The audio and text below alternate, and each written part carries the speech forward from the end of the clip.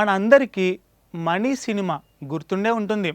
తనికెళ్ళ భరణి పాత్ర వైవిధ్యభరితంగా ఉంటుంది. తాను టచ్ చేస్తే సినిమా ఇండస్ట్రీలో టాప్లో ఉంటారని, వారే రాజకీయ రంగంలోనూ పైచేయి సాధిస్తారనే విధంగా పెద్ద పెద్ద డైలాగులు చెబుతాడు తనికెళ్ళ భరణి. ఏంటి, జస్ట్ టచ్ చేశా అంతే. కొణిదెల శివశంకర వరప్రసాద్ మెగాస్టార్ చిరంజీవిగా మారిపోయారు. భక్తవత్సలం నాయుడు నేనే టచ్ చేశా, డైలాగ్ కింగ్ మోహన్ బాబుగా మారిపోయాడు. ఇలా చెప్పుకుంటూ పోతే సినిమా లైఫ్లోకి అడుగుపెట్టిన చాలామందికి రాజకీయాల్లో రాణించే అవకాశాలు కూడా వచ్చాయి. వచ్చిన అవకాశాలను సద్వినియోగం చేసుకొని రాజకీయాల్లోనూ కూడా రాణించారు. ఆయా ప్రాంతాలను బట్టి టాప్ పొజిషన్లో కూడా నిలిచారండోయ్. రాజకీయాలకు సినిమా రంగం రాచబాటగా నిలుస్తుందని చెప్పటంలో ఎటువంటి సందేహం లేదు. సినిమా రాజకీయాలకు రెండింటికి అవినాభావ సంబంధాలు కూడా ఉంటాయి. రాజకీయాల్లో ఓట్లు కావాలంటే ఒకటి ఫేమస్ పర్సన్ అయినా అయి ఉండాలి, లేదా బ్యాక్డోర్ అంటే భారీ ఎత్తున డబ్బులు ఖర్చు చేసేవారైనా అయి ఉండాలి. రాజకీయాల్లోకి వచ్చిన వారిలో చాలామందికి సినిమా బ్యాక్గ్రౌండ్ ఉంటూనే ఉంది. తాజాగా తెలుగు సినిమా ఇండస్ట్రీలో తనకంటూ ఓ ఇమేజ్ను, ఫ్యాన్ ఫాలోయింగ్ని క్రియేట్ చేసుకున్న పవర్ స్టార్ పవన్ కళ్యాణ్ జనసేన పార్టీని స్థాపించడమే కాకుండా ఏపీ డిప్యూటీ సీఎంగా చక్రం తిప్పుతున్నాడు. ఏపీలో పవన్ కళ్యాణ్ చేస్తున్న రాజకీయాలు, ఆయన పాలనా స్టైల్ అందరినీ ఆకట్టుకుంటోంది. ప్రతిపక్షాలు ఎలా ఉన్నా సొంత కూటమిలోనూ ఆయనకు తిరుగు లేకుండా పోయింది. దూకుడు రాజకీయాలు, అంతే దూకుడు పరిపాలనతో పవన్ తన మార్కును చాటుతున్నాడు. ఏపీలో ఇప్పుడు ఒక ప్రశ్న వినిపిస్తోంది. డిప్యూటీ సీఎంగా ఉన్న పవన్ కళ్యాణ్ సీఎం ఎప్పుడు అవుతాడు అని. మరి ఈ ప్రశ్నకు సమాధానం కాలమే చెప్పాలి. ఈ సంగతి పక్కన పెడితే సినిమా రంగం నుంచి రాజకీయాల్లోకి వచ్చి టాప్లో నిలిచిన నటులు ఎవరో ఇప్పుడు మనం తెలుసుకుందాం. ఈ కేటగిరీలో మొదటగా చెప్పుకోవాల్సింది ఎంజీఆర్ గురించి.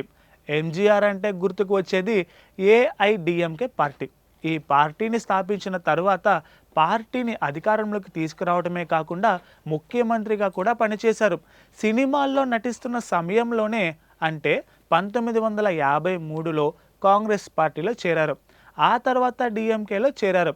కొన్నాళ్ళు ఆ పార్టీలో ఉన్న తర్వాత ఏఐడిఎంకే పార్టీని స్థాపించి తమిళనాడు సీఎంగా పనిచేశారు.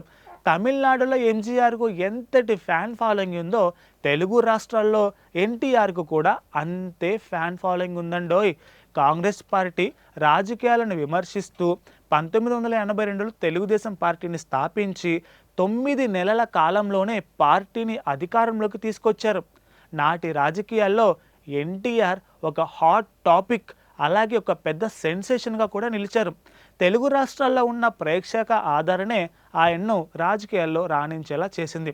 ఎన్టీఆర్ కాలంలో సినిమాల్లో నటించి మెప్పించిన మరొక నటి జయలలిత. సినిమాల్లో నటిస్తూనే ఎంజీఆర్ ప్రోత్సాహంతో రాజకీయాల్లోకి ప్రవేశించారు.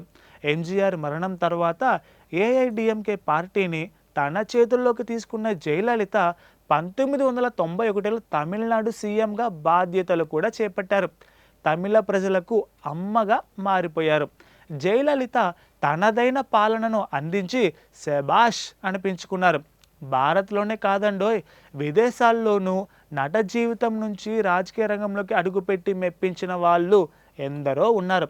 అలాంటి వారిలో ఒకరు రోనాల్డ్ రీగన్. అమెరికాకు 40వ అధ్యక్షుడిగా పనిచేశారు. 1940 దశకంలో ఆయన కొన్ని చిత్రాల్లో కూడా నటించారు. నటనతో ఆకట్టుకోవటమే కాకుండా ప్రజలను కూడా ఆయన ఆకట్టుకున్నారు. ఈ ఆదరణే అధ్యక్ష ఎన్నికల్లో విజయం సాధించేలా చేసింది. 1981 నుంచి 1989 వరకు 2 సార్లు ఆయన అధ్యక్షుడిగా పనిచేశారు. ఇకపోతే శ్రీలంక అధ్యక్షుడిగా పనిచేసిన మహీంద్ర రాజపక్సే సినిమా రంగంలోనూ తనను తాను నిరూపించుకున్నాడు. సింహళ సినిమాల్లో రాణిస్తున్న సమయంలోనే అనుకోకుండా తండ్రి మరణంతో ఆయన రాజకీయాల్లోకి రావాల్సి వచ్చింది. 24 ఏళ్ల వయసులోనే ఆయన పార్లమెంటు సభ్యుడిగా కూడా ఎంపికయ్యారు.